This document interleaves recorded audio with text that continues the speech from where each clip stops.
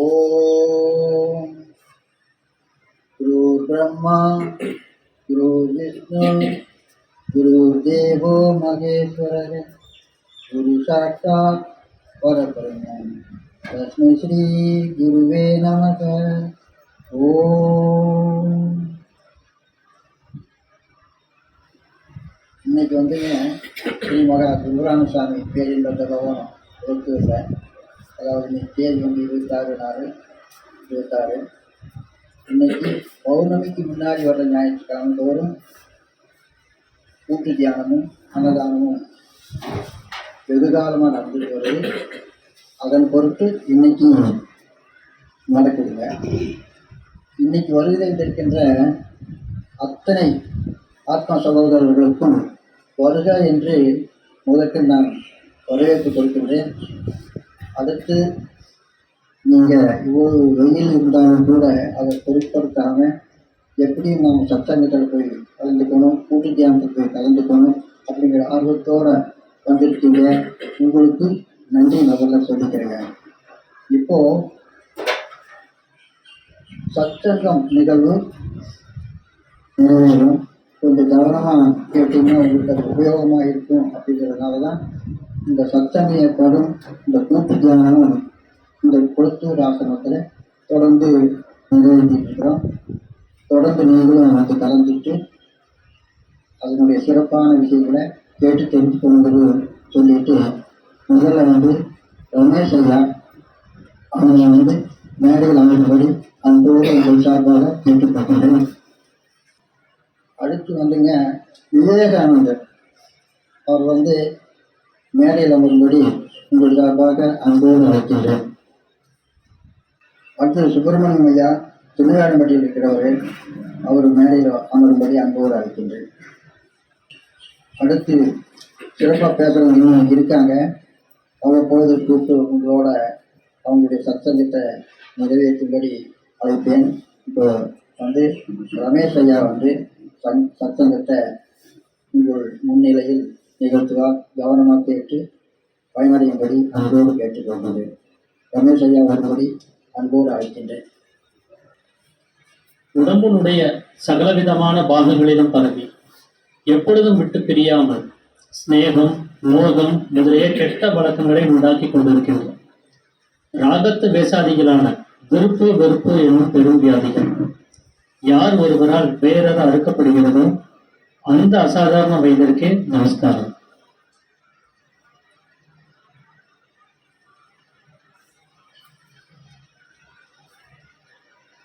நாம இதுக்கு முன்னாடி சந்திக்கும் போது சித்த வேதத்தில் இருக்கக்கூடிய 6ஆம் அத்தியாயத்துல உருவ வித்தியாசம் பத்தின விளக்கங்களை பார்த்துருக்கோம். நம்மளுடைய பிரதிபலிப்பாக வெளியில வரக்கூடிய இந்த நிலைமையானது நம்மளை போல் அல்லாமல் இந்த எறும்பு முதல் யானை வரைக்கும் இருக்கக்கூடிய உருவ வித்தியாசங்களாக இருக்கிறது.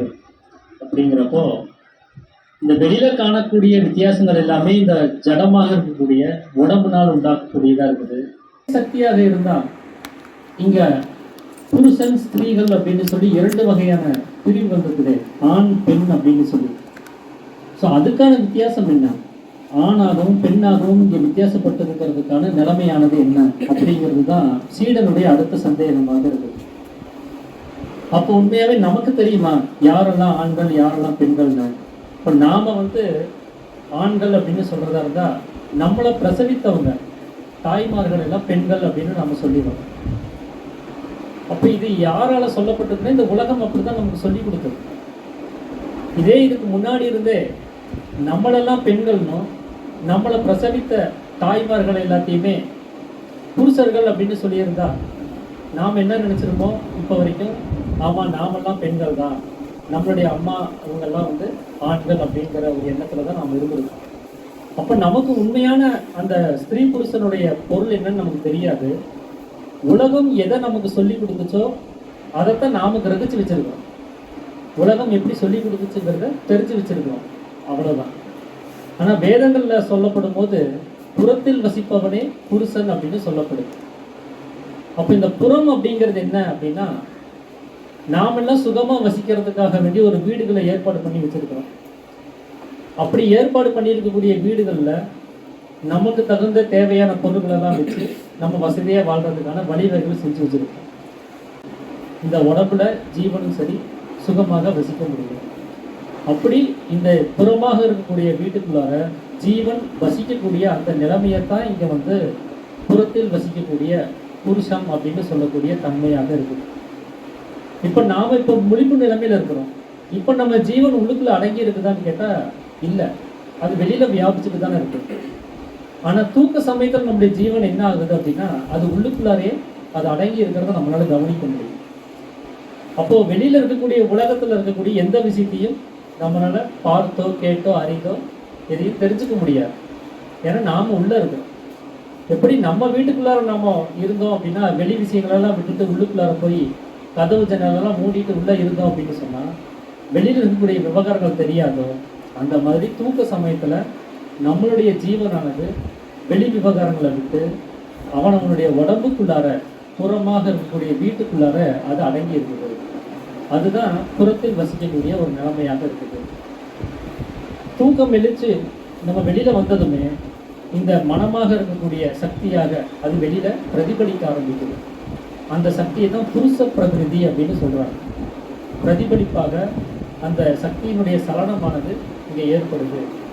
அதுதான் இங்கே ஸ்திரீ அப்படின்னு சொல்லக்கூடியது. அப்போ உள்ளுக்குள்ளாரே நம்முடைய சக்தியானது அடங்கி இருக்கும்போது அது புருஷனாகவும், அந்த சக்தி கண்ணிலிருந்து வெளியே வியாபிக்கும் போது அது ஸ்திரீயாகவும் இருக்குது. அப்படி மனமானது வெளியில வியாபிக்கும் போது தான் நமக்கு இந்த உலகம்ங்கிற அவஸ்தையை உண்டு பண்ணி அதை அனுபவிக்க முடியும். தூங்கும்போது உலகம்ங்கிற அவஸ்தையை உண்டு பண்ணவோ அதை அனுபவிக்கவும் முடியறது கிடையாது. அப்போ இந்த உலகம்ங்கிற அவஸ்தை யாரால உண்டாக்கப்படுது அப்படின்னா சக்தியினுடைய சலனத்திலிருந்து, அது மாயை அப்படின்னு சொல்லக்கூடிய நிலைமையிலிருந்து. அப்போ இந்த உலகத்தினுடைய தாயார் யாரு அப்படின்னா மாயையாக இருக்கக்கூடிய சக்தி தான், புருஷ பிரகிருதின்னு சொல்லக்கூடிய சக்தி தான். அப்போ இந்த உலகம்ங்கிற அவஸ்தையில தானே நாம நம்மளையும் கவனிச்சுட்டு இருக்கிறோம், இந்த உடம்பையும் கவனிச்சுட்டு இருக்கிறோம். நாம ஒரு செயல் செஞ்சுட்டோம், இது இந்த வேலையை யார் செஞ்சாங்கன்னு சொன்னா நம்மளை எப்படி அடையாளப்படுத்துறோம், நான் தான் செஞ்சேன்னு சொல்லி இந்த உடம்பை தான் தொட்டு காமிச்சு சொல்றோம். அப்போ நம்மளுடைய அடையாளமாக நம்மளை கவனிக்கிறது எதாவது வச்சு அப்படின்னா இந்த உடம்பை வச்சுதான், இந்த உடம்பு தான் நாம அப்படின்னு நாம நினைச்சிட்டு இருக்கோம். அப்படி இந்த உலகமாக இருக்கக்கூடிய அவஸ்தை உண்டானது எப்படி மாயையில் இருக்கோ, இந்த உடம்பு உண்டானதும் அதே மாயையில் இருக்குதான். அப்போ நம்மளுடைய தாயார் யாராக இருக்க முடியும்னா அதே சக்தி தான் நம்முடைய தாயாராகவும் இருக்கு. அப்போ நம்மளிருந்து சலித்து வெளியில வரக்கூடிய புருஷனுடைய பிரகிருதியாக இருக்கக்கூடிய சக்தி தாயார் அப்படின்னா, அப்போ தகப்பனார் யார் அப்படின்னா அந்த புறத்தில் வசிக்கக்கூடிய ஜீவன் தான் தகப்பன்கிறது. அப்போ நம்ம எல்லாருக்குமே தாயும் தகப்பனும் யாராக இருக்கிறாங்க அப்படின்னா சிவனாக இருக்கக்கூடிய ஜீவனும் சக்தியாக இருக்கக்கூடிய மனமுமே தாயும் தகப்பனுமாக இருக்குது. இவங்களுடைய நிலைமையிலிருந்து தான் நாம இந்த நான்கிற இந்த அகங்காரமானது உண்டாக்கப்பட்டிருக்குது. இந்த திருவிளையாடல் படத்துல எல்லாம் வந்து பார்த்தீங்கன்னா ஒரு ஞான பழம் வச்சு ஒரு கதை ஒன்று வரும். இந்த பழத்தை வாங்கணும் அப்படின்னா முதல்ல உலகத்தை யார் சுற்றி வர்றாங்களோ அவங்களுக்கு தான் அப்படின்னு. முருகன் என்ன பண்ணுவார்னா மயில் எடுத்துட்டு அவரே உலகத்தையே சுற்றி வந்து இந்த பழத்தை வாங்கிடலாம் அப்படின்னு சொல்லிட்டு ஸ்பீடாக கிளம்பிடுறாரு. ஆனால் கணபதி என்ன பண்ணுவார்னா தன்னுடைய தாயும் தகப்பனுமே உலகம் அப்படின்னு சொல்லிட்டு அவங்க 2 பேரையும் சுற்றிட்டு வந்து பழம் வாங்கினதா அங்கே ஒரு செய்தி வரும். அந்த கணபதிக்கு மட்டும் தாயும் தகப்பனும் அந்த சிவனும் சக்தியும் அல்ல, நமக்கும் தாய் தகப்பன் யாரு அப்படின்னா அவனவனுக்குள்ளார இருக்கக்கூடிய ஜீவனாக இருக்கக்கூடிய சிவனும் சக்தியாக இருக்கக்கூடிய மனமும் ஆகும். அப்படி இந்த நிலைமைகளானது என்னவா இருக்குது அப்படின்னா புருஷன் ஸ்திரீ அப்படின்னு சொல்லக்கூடிய நிலைமையில இருக்குது. அப்போ நம்மளை என்னன்னு சொல்ல முடியும், நாம புருஷனா நாம ஸ்திரீயா, நாம உள்ளுக்குள்ள அடங்கி இருக்கக்கூடிய சக்தியா, நாம வெளியில வியாபிக்கக்கூடிய சக்தியா? இந்த அகங்காரமானது என்ன நிலைமையில இருக்குது அப்படின்னா இந்த 2 நிலைமைகளுமே கிடையாது. அது அடங்கி இருக்கக்கூடிய நிலைமையிலையும் கிடையாது, வியாபிக்கக்கூடிய தன்மையிலையும் கிடையாது. இது 3ஆம் நிலையில இருக்குது. இதை நபும்சகம் அப்படின்னு சொல்றாரு. 3ஆம் பாலினை தவிர நம்ம என்ன சொல்றோம், அதே போலதான் இங்கேயும் இந்த அகங்காரமானது 2 நிலைமைகளையும் இல்லாத நிலைமையில இருக்குது. அப்படிப்பட்ட அந்த அகங்காரமானது இந்த உண்டானது இந்த மனமாக இருக்கக்கூடிய சக்தியினுடைய சலனத்தில் இருக்குதான். அந்த மனமானது இந்த உலகமாக இருக்கக்கூடிய விஷயத்துல அகங்காரத்தை உண்டு பண்றதன் மூலமா அந்த அகங்காரத்தின் வழியாகத்தான் இங்க ஒவ்வொரு விஷயத்தையும் பார்க்கவும் கேட்கவும் செஞ்சுட்டு இருக்கு. நமக்கு அந்த அகங்காரம் இல்லைன்னா இந்த மனசு எல்லாத்தையும் பார்க்கும், அதுக்கு என்னன்னே தெரியாது. அதுக்கு சாமி ஒரு உதாரணம் கூட இதில் சொல்லியிருப்பார். நம்ம தூக்கத்துலேருந்து திடீர்னு எந்திரிச்சு நடக்க ஆரம்பிக்கிறோம்னு வச்சுக்கோங்க, தூக்கம் முடிச்சிட்டோம்னு சொல்லி, அப்போ முதல்ல மனசு உண்டாயிடும், நமக்கு உலகம் கண்ணுக்கு தெரிய ஆரம்பிச்சிடும். ஆனால் பின்னாடியே அகங்காரங்கிறது கண்டிப்பாக உண்டு ஆகணும். அது உண்டாக லேட் ஆயிடுச்சு அப்படின்னா எதிரில் கதவு மூடி இருக்குதா திறந்துருக்குதான்னு கூட தெரியாமல் நம்ம போய் முட்டிக்குவோம். நம்ம அறத்தூக்கத்தில் எதிர்த்து எங்கேயோ முட்டிக்கிட்டான் பாருன்னு நம்ம சொல்லுவோம். அது அறத்தூக்கம் இல்லை, வெறும் மனம் மட்டுமே வெளிப்பட்டிருக்கக்கூடிய தூக்கம். அகங்காரம்ங்கிற ஒன்று உற்பத்தி ஆனாதான் இந்த மனம் பார்க்கக்கூடிய ஒவ்வொரு விஷயத்தையுமே அது இன்னென்ன சங்கதிங்கிறத பதிவுல இருந்து இந்த அகங்காரம் எடுத்து காமிக்கும். பிறந்த குழந்தைக்கு மனமானது இருக்கவே செய்யுது, அது எல்லாத்தையுமே கவனிச்சுட்டு தான் இருக்குது. தன்னை யாரெல்லாம் பார்க்க வந்திருக்காங்கிறதையும் அது பார்த்துட்டு தான் இருக்குது. ஆனால் யார் யாருன்னு என்னன்னு தெரியாது. ஏன்னா எந்த ஒரு பதிவுகளும் அந்த குழந்தைக்கு கிடையாது. நாம தான் என்ன பண்ணுறோம், ஒவ்வொரு விஷயமா சொல்லி கொடுத்து அந்த குழந்தைகளுக்கு பதிவுகளை ஏற்படுத்துகிறோம். அப்படி பதிவு செய்யப்பட்டதுக்கு அப்புறம் அந்த குழந்தை மறுமுறை இன்னொருத்தரை பார்க்கும்போது அந்த பதிவுல இருந்து இது இன்னார் தான் அப்படிங்கிறத தெரிஞ்சுக்குது. அப்போ அந்த பதிவுகளை கொண்டு வந்து சேர்க்கிற வேலையை தான் இந்த அகங்காரம் செய்யுது. அப்படி தூக்கத்திலிருந்து ஒருத்தர் முழிச்ச உடனே கதவுன்னு ஒன்று இருக்குது, அது மூடி இருக்குது அப்படின்னு இந்த மனசுக்கு அந்த அகங்காரம் சொல்லலைன்னா இந்த மனம் பாட்டுக்கு செயல்பட்டுட்டு போய் எங்கேயாவது முட்டிக்கும். அப்போ இந்த மனமானது இந்த உலகத்தில் இருக்கக்கூடிய ஒவ்வொரு விஷயத்தையும் அனுபவிக்கணும்னா அகங்காரமானது செயல்படாமல் அது முடியாது. அகங்காரத்தின் வழியாகத்தான் இங்கே நாம் பார்க்கறது, கேட்கறது, அறிகிறது, செய்கிறது எல்லாமே பண்ணிட்டு இருக்கோம். எல்லாமே அகங்காரத்தினுடைய நிலைமையாகவே இருக்குது. அப்படி அந்த அகங்காரம் தான் இங்கே பிரம்மா அப்படின்னு சொல்லக்கூடியது. அந்த அகங்காரம் தான் இந்த உலகமாக இருக்கக்கூடிய அவஸ்தைகளை சிருஷ்டிக்கிறது மட்டும் கிடையாது, மனதிற்கு அந்த பதிவுகளை நினைவுற்ற வேலையும் கூட அதுதான் செஞ்சுட்டு இருக்கு. அதனால அந்த பிரம்மாவாக இருக்கக்கூடிய அகங்காரம் தான் நான் அப்படின்னு சொல்லக்கூடிய நிலைமையாக இருக்குது. அவர் எப்பவுமே ஒரு யக்னத்திலே இருப்பார். நீங்கள் அவருடைய படத்தை கவனிச்சு பாருங்க, பிரம்மாவுடைய படத்தை பார்த்தீங்கன்னா இந்த சீதாராமன் கல்யாணம் அந்த ஏதாவது படம் இருக்கும்போது கூட பாருங்க, ஒரு ஓரமாக உட்காந்து ஒரு ஹோமகுண்டம் நடத்திட்டு இருக்கிற மாதிரி ஒரு விஷயத்தை வந்து போட்டிருப்பாங்க.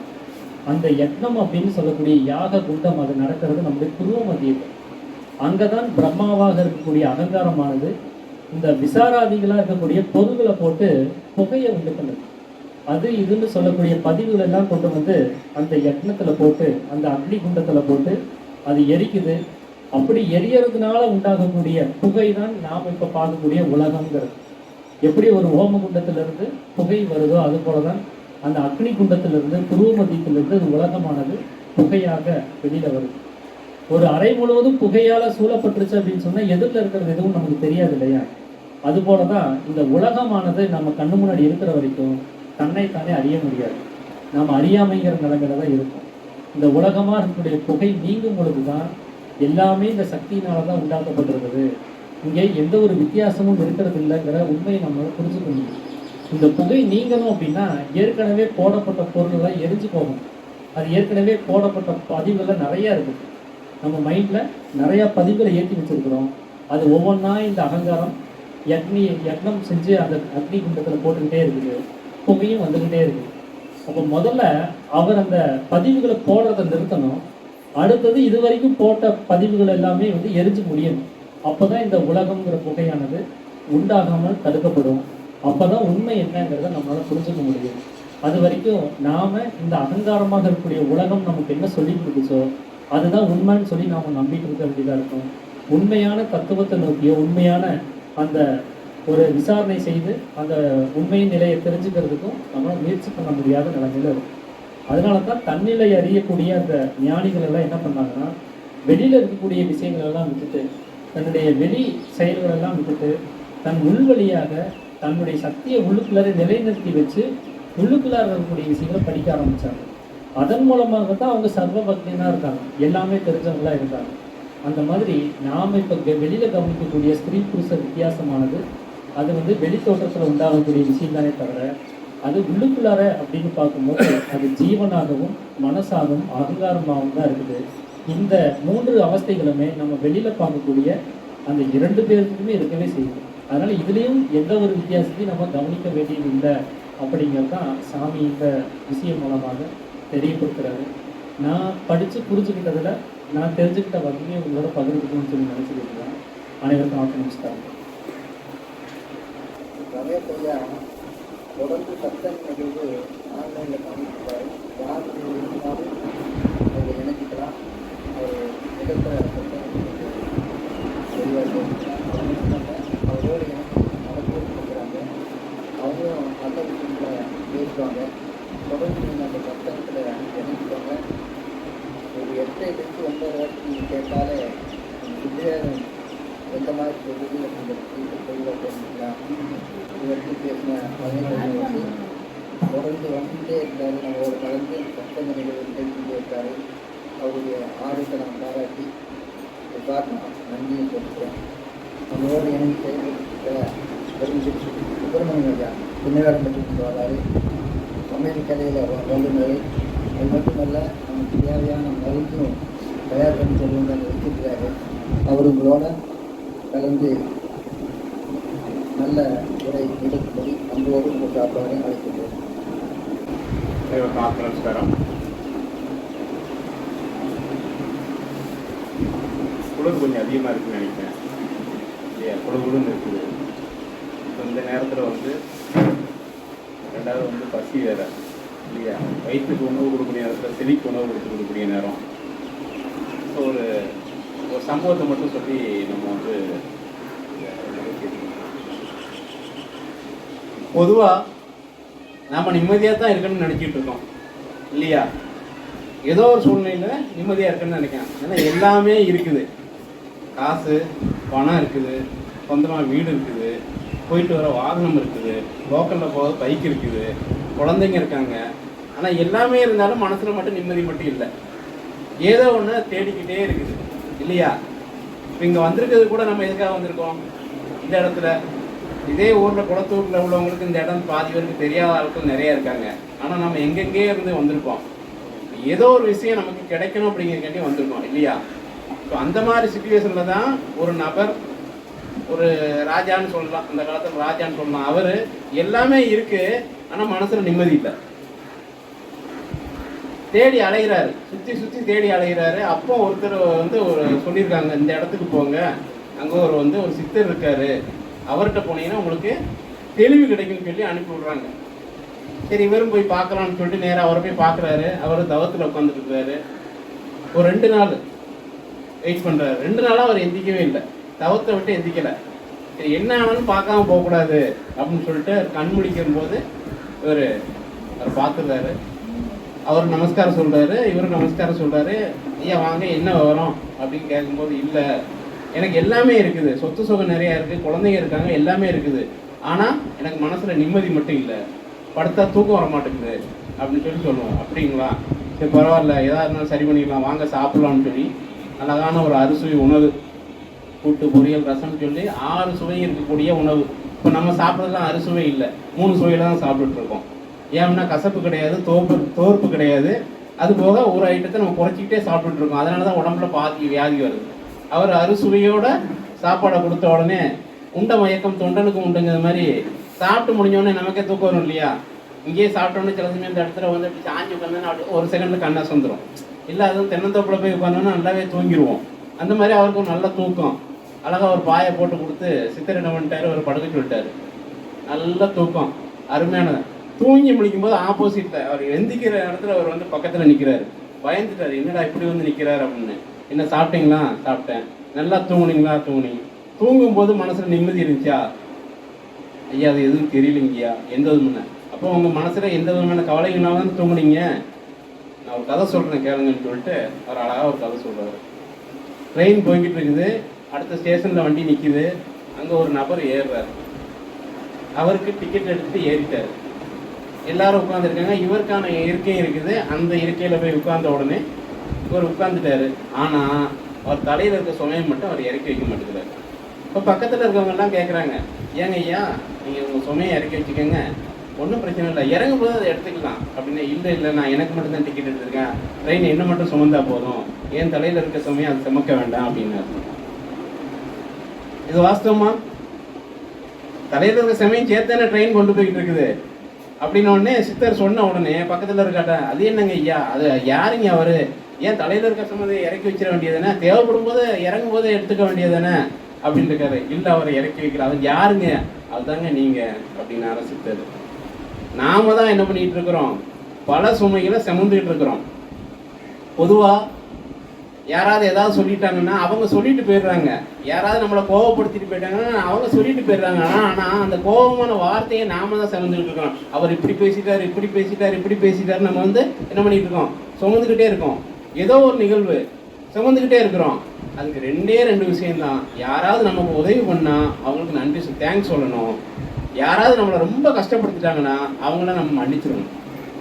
மன்னிச்சிட்டோம்னா என்ன ஆகுது? நம்ம மனசுல இருந்து அந்த பதிவுகள் வெளியே போயிடுது. நாம ஃப்ரீ ஆயிடணும். பொதுவாக சொல்லணும்னா கோபம் அப்படிங்கிறது அடுத்தவங்க கொடுக்கக்கூடிய ஒரு செயலுக்கான தண்டனையை நாம் அனுபவிக்கிறோம். அடுத்தவங்க செஞ்ச தப்புக்கு நாம் வந்து தண்டனையை அனுபவிச்சுட்டு இருக்கோம் அப்படின்னு சொன்ன உடனே அந்த ராஜாவுக்கு புரிஞ்சுது.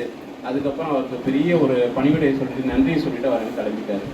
ஸோ என்ன அப்படின்னா, நாம தான் தேவையில்லாத சுமையை தலையில் சுமந்துக்கிட்டே அலையிறோம். யாராவது ஏதோ சொல்லிட்டோம்னா, ரோட்டில் பைக்கில் போய்கிட்டு இருப்போம், ஆப்போசிட்டில் உள்ளவங்களே வந்து டப்புன்னு நம்ம மேலே இடிச்சிருவாங்க. நாம் என்ன பண்ணுவோம்? அந்த இடத்துல கொந்தளிப்போம். அவ்வளோதான், அவருடைய புத்தி அவ்வளோதான் அப்படின்னு சொல்லிட்டு, சரிங்க நான் தான் தப்பு பண்ணிட்டேன் அப்படின்னு சொல்லிட்டு நாம் மன்னிச்சுக்கங்கன்னு சொல்லிட்டு நம்ம வெளியில் வந்துட்டோம்னா நம்ம மைண்டு வந்து ஆட்டோமேட்டிக்காக ஃப்ரீ ஆயிரும். இங்கே வந்திருக்கக்கூடிய ஒவ்வொருத்தரும் ஏதோ ஒரு சிந்தனைகள், ஏதோ ஒரு இதாக இருந்தாலும் சரி, கிருபரானந்தா முன்னாடி என்னுடைய மனசில் இருக்கக்கூடிய இந்த கவலைகள், கோபங்கள், தாபங்கள்லாம் என்னை விட்டு வெளியே போகட்டும்னு சொல்லிட்டு மனசார மன்னிப்பு கேட்டு இங்கே உட்காந்து நம்ம தவத்தில் உட்காந்தோம்னா நம்மளுடைய கதியும் நற்கதி ஆகும் என்று சொல்லி இந்த வாய்ப்புக்கு நன்றி சொல்லியிருக்கேன். சுப்பிரமணிய ஐயா ரொம்ப அருமையான விளக்கத்தை கொடுத்தாரு. இந்த மாதிரி கருத்துக்கள் நமக்கு கிடைச்சதுன்னா நாமும் நல்லா இருக்கலாம். சொன்னது பாருங்க, நம்ம தான் சொல்லிட்டு இருக்கிறோம் அப்படின்னு நம்ம விளக்கம் கொடுத்தாரு. ரொம்ப விளக்கம் கொடுத்துருக்காரு. ரயிலில் போயிட்டு இருக்கிறவரு அவருக்கு மட்டும்தான் டிக்கெட் எடுத்தார். அவர் கொண்டு வந்த மூட்டையை தன் மேலே சொன்னதா அதுக்கு டிக்கெட் எடுக்காதனால சொன்னதுன்னு சொல்கிறாரு. இது என்னன்னா இன்னொரு விஷயம் சொல்கிறாரு பாருங்க, யாராவது திட்டாது போல அதை நீங்கள் சுமக்க வேண்டாங்கிற கருத்துக்கள் பூமானமாக அவர் சொல்லியிருக்காரு. அதனால் யாராவது திட்டாங்கன்னா மன்னிச்சுட்டா நல்லது விட்டாரு. அப்போ அப்படியே அது போயிடுது. யாராவது நமக்கு நன்றி செலுத்தினா நம்ம அதை வாழ்த்திடலாம், நம்ம திருப்பி நன்றி சொல்லிடலாம். அப்போ நமக்கும் ஒரு திருப்தியாகும். அப்படி நல்ல கருத்தை சொல்லியிருக்காரு. அவருக்கு ஒரு நன்றி சொல்லிக்கிறோம். அடுத்து விவேகானந்தர் கொஞ்சம் டைம் கேட்டிருக்காரு. அவரை ஒரு 2 வார்த்தை பேசினா போதும். இப்போ நாம் ஏன் இந்த சத்சங்கத்தை நிகழ்த்துறோம்னா எல்லாருமே கொஞ்சம் பேசி பழகட்டும் அப்படிங்கிறதுனாலையும் இந்த சுத்தவேத கருத்துக்களை கொஞ்சம் படிச்சுட்டு வந்து நம்மளோட கருத்துரை வச்சுக்கலாம் அப்படிங்கிறதுனால தான் ஒவ்வொருத்தரையாக கூப்பிடுறேன். அவர் வந்து உங்களோட 2 வார்த்தை பேசி போகும்படி அன்போடு அழைக்கிறேன். அனைவருக்கும் மனத்தை பற்றி அவர் ரொம்ப அழகாக சொன்னார். மனம் என்பது நாம் அது எப்பொழுது அடங்குகிறதோ, அடக்க முடியாது, அடக்குவதற்கு முயற்சி செய்ய வேண்டும். இயர்ந்து போனால் மனம் அடங்கும். மனம் அடங்கினால் வருடக்கணக்கில் ஜெபிக்க வேண்டிய அவசியமே இல்லை. சரியாக 48 நிமிடங்கள் ஜெபித்தாலே போதும், நமக்கு தேவையானது அனைத்தும் கிடைத்துவிடும். இது வந்து நடைமுறையில் கொண்டு வருவது மிகவும் சிரமம். சொல்லுவான், நான் எல்லாரும் சொல்லலாங்க இந்த மாதிரி நான் மனசை அடக்கிட்டேன் அப்படின்னு. அதெல்லாம் சொல்கிறதெல்லாம் ஒரு மனம் நம்ம ஜபத்தில் உட்காரும் போது தான் மனம் நம்ம அலைப்பாயும் நிறைய விஷயங்களை நம்ம இது பண்ணணும். கொஞ்சம் கொஞ்சமாக அது அடங்கும் போது தான் அது ஒரு சிலருக்கு 1 மாதங்கள் ஆகலாம், வருஷங்கள் ஆகலாம். அதாகலாம் ஒரு கரெக்டாக உட்காந்து 48 நிமிஷம் ஜெபிச்சாலே போதும். அது மனம் அடங்கிய நிலையில் ஜெபிச்சாலே நமக்கு முக்தி கிடைச்சிருக்கிறது உண்மை. அனைவருக்கும் ஆத்ம நமஸ்காரம். நல்ல கருத்து சொல்லியிருக்காங்க. மனம் அடங்கினா நமக்கு மோட்டம் கிடைக்கும் அப்படிங்கிற பற்றி சொல்லிட்டாரு. அழைக்கும்போது கொஞ்சம் கூச்சப்பட்டார். அதுக்கப்புறம் நல்ல கருத்தை சொல்ல வந்துட்டார். அவருக்கு ஒரு நன்றி சொல்லிக்கிறான். அடுத்தது கந்தசாமியா கோடிபாளையத்திலிருந்து வந்திருக்காரு. அவர் மேடைக்கு வரும்படி அன்போடு அழைக்கின்றேன். சாமி, இவங்களெல்லாம் கூப்பிட்றேன் அப்படின்னா என்ன காரணத்துக்காக கூப்பிட்றேன்னா, ஒவ்வொருத்தரும் உள்ளத்துலேயும் ஒரு நல்ல கருத்து இருக்கும். அந்த கருத்து நம்மளும் தெரிஞ்சுக்கலாம் அப்படிங்கிற ஒரு நல்ல எண்ணத்தில் தான் ஒவ்வொருத்தரையாக கூப்பிட்டு பேச வைக்கிறேன். நீங்கள் கவர்மெண்ட் கேளுங்க. அவர்கிட்ட ஒரு நல்ல கருத்து வரும், அதை ரசிப்போம். அவரை அன்போடு பேசும்படி அழைக்கின்றேன். ஆத்ம நமஸ்காரம். பாதனையா எல்லாத்தையும் கூப்பிட்டு பேச வைக்கிறாரு. என்னென்னா எல்லாரும் ஒரு சிந்தனையோடு வந்திருப்பாங்க. அந்த கருத்துக்களை எல்லாரும் வாங்கிக்கணும் அப்படின்னு சொல்லி இப்போ நம்ம சித்தவேத கருத்துக்கள் ரமேஷ் ஐயா ஒவ்வொரு மாதமும் ஒவ்வொரு கருத்தை வலியுறுத்தி வந்துருக்காரு. அதில் முக்கியமாக அவர் சொல்கிறது மனத்தை நம்ம கட்டுப்படுத்தணும், மனத்தை நம்ம உள்ள நிறுத்தினால நம்ம மனத்தோட செயல்படலான்னு சொல்கிறார். மனம்ங்கிறது ஒரு குரங்கு ஒரு மரத்துலேருந்து ஒரு மரத்துக்கு தாவிட்டே போயிட்டுருக்கும். ஆனால் அது தன்னில் இருந்து தன்னைத்தானே பார்த்ததுன்னா அது நிற்கதி அடையும். தான் காலத்தில், அதாவது ஜீவன் முடியும் காலத்தில் குரங்கு ஒரு புத்துக்கண்ணு ஓரத்தில் போய் நின்று அது சதா சமாதி ஆகுதுன்னு சொல்லி பெரியவங்களை எழுதியிருக்காங்க. ஒரு புத்தகத்தை நான் படித்தேன் இந்த கருத்தை. அப்போ அந்த குரங்கும் கூட அந்த இது தாவி போகிற மனத்திலிருந்து அந்த ஒருநிலைப்படுத்தி தான் சமாதி அடையக்கூடிய ஒரு வாய்ப்பு அதுக்கும் கூட கடவுள் கொடுத்துருக்காரு. அந்த மாதிரி நம்ம சித்தவேத கருத்துக்களை நம்ம மனசில் நிறுத்தி சதா சர்வகாலமும் நம்ம இதை பண்ணிட்டு இருந்தோம்னா நாமளும் இந்த ஜீவ சமாதி அடைங்கிற ஒரு நிலைவே போகணும்னு சொல்லி என்னுடைய கருத்து முடிச்சுக்கோம். கந்தசாமி ஐயா பசி நேரம் அதிக நேரமாக நம்ம பேசக்கூடாதுங்கிற உள்நோக்கத்தில் குறைந்தபட்சம் பேசி அவர் நிறைவேற்றிட்டார். அவருக்கு ஒரு நன்றி சொல்லிக்கலாம். அடுத்து பொள்ளாச்சியிலேருந்து வந்த ஜெகதீஷ் ஐயா அவர் தொடர்ந்து நம்மளோட வரணும் அப்படிங்கிற ஒரு கருத்தை அவரோட பேசியிருக்கிறேன். சும்மா அவர் யாருன்னாலும் தெரிஞ்சுக்கிட்டோம். அதனால் அவரை உங்கள் முன்னாடி சிறு வார்த்தை பேசும்படி அன்போடு அழைக்கின்றேன்.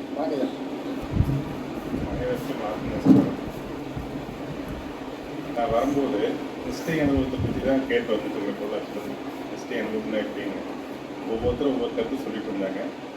நான் நிஷ்டைன்னு சொல்லும்போது நான் சுழிமுனை மார்க்கத்தில் போய் அப்படியே எப்பவும் போல் அங்கேயே கவனத்தை வச்சு இருந்துகிட்ருப்பேன்.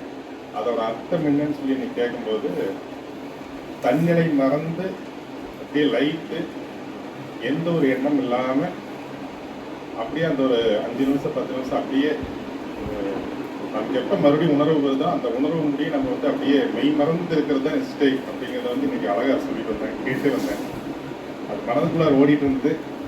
ஐயா மூலியமாக உங்கள்கிட்ட பகிர்ந்துக்கிட்டேன். இதில் ஏதாவது தகவல் தான் ரமேஷ் ஐயா சொல்லணும். ஆத்மஸ்தர் ஜெகதீஷ் ஐயா தொடர்ந்து பயணம் பண்ணுங்க, உங்களுக்கு ஒரு நல்ல வாய்ப்பு அமையும் அப்படிங்கிற கருத்தை அவரோட பரிமாறி இருக்கிறேன். அவரும் தொடர்ந்து வந்துட்டு இருக்காரு. கடலூருக்கு வருவார், நான் விருதுரான் சங்கம் வருவார். அவருக்கு நன்றி சொல்லிக்கிறேன். 2 வார்த்தை பேசியிருக்காரு. அவருக்கு நன்றி சொல்லிக்கிறேன். அடுத்து யாராவது பேச விருப்பப்பட்டால் தயவுசெஞ்சு உங்கள் கருத்தை பரிமாறிக்கலாம். யாராவது இருந்தால் வரும்படி அன்போடு அழைக்கின்றது. ஐயா பேசுகிறீங்களா? என்னை கூப்பிடல பேசுறதுக்கு அப்படிங்கிற வருத்தத்தை யாரும் ஏற்பாடு பண்ணக்கூடாது. அதனால் நீங்களே முன் பேசலாம். அது எந்த குறைபாடும் கிடையாது. வாங்க. இப்போ சத்சங்கத்தை நிகழ்த்துற ரமேஷ் ஐயா கூட எல்லாத்துக்கும் வாய்ப்பு கொடுப்பார். அவர் கருத்து பேசி முடிக்கிறதுன்னு அவர் பேசுறது ஒரே வார்த்தை என்னன்னா, அடுத்து யார் பேச விருப்பப்பட்டாலும் பேசலாம் அப்படின்னு சொல்லிட்டு ஒரு நேரம் வெயிட் பண்ணுவார். அந்த நேரத்தில் யாராவது ஒருத்தர் நான் பேசுகிறேங்க அப்படின்னு சொல்லிட்டு பேசுகிறாங்க. நானும் அதை கற்றுக்கிட்டேன், தெரிஞ்சுக்கிட்டு தான் உங்களை யாராவது பேச விருப்பப்பட்டால் வாங்க, நான் அழைப்பு கொடுக்குறேன். வரீங்களா?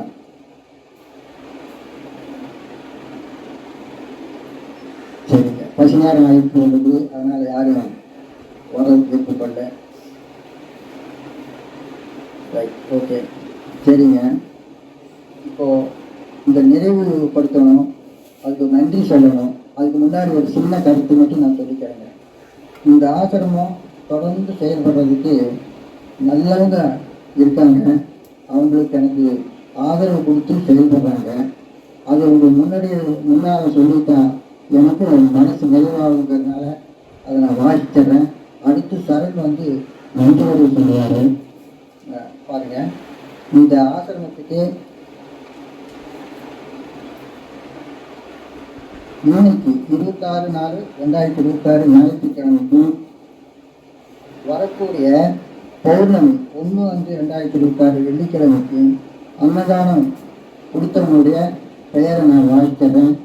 அவங்களுக்கு நன்றி நான் கூட சொல்லிடுறேன். பிரம்மச்சரி ரமேஷ், அவருடைய பொண்ணு வந்து ஸ்ரீராஜின்னு சொல்லுவாங்க. அவங்க மலேசியாவில் இருக்காங்க. அவங்க இந்த அன்னதானத்துக்கு அன்பளிப்பு பண்ணிட்டுருக்காங்க. தொடர்ந்து பிரம்மஸ்ரீ ராமகிருஷ்ணங்கிறவர் இடையர்பாளையம், அவர் அன்னதானத்துக்கு உதவி செஞ்சுட்டே இருக்காரு. அவருக்கும் நன்றி சொல்லிக்கிறேங்க. பிரம்மஸ்ரீ ஜோதிலிங்கம் சுமித்ரான்னு சொல்லக்கூடியவங்க, அவங்க பாண்டிச்சேரியில் இருக்காங்க. ஆனால் இந்த ஆசிரமம் தொடர்ந்து நல்லா இயங்கணும் அப்படிங்கிற நல்ல எண்ணத்தில் உதவி செஞ்சுருக்காங்க. அவங்களுக்கும் நன்றி சொல்லிக்கிறேன். அதுக்கப்புறம் பொய்யாமொழி அப்படிங்கிற டாக்டர், அவர் ஆர்எஸ் காலேஜில் வைத்தியராக இருக்காரு. அவரும் தொடர்ந்து நமக்கு உதவி செய்கிறாரு. அவருக்கும் ஒரு நன்றி சொல்லிக்கிறேன். அதுக்கப்புறம் பிரேமா அம்மா, அவங்க ஒவ்வொரு மாதமும் நமக்கு வந்து உதவி செஞ்சுட்டே இருக்காங்க.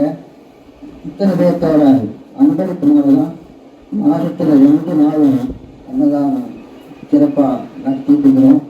இத்தனை பேர்த்துக்கும் நான் நன்றி சொல்லிக்கிறேன். அதோட ஒரு சின்ன முறை மட்டும் நான் சொல்லிக்கிறேன்.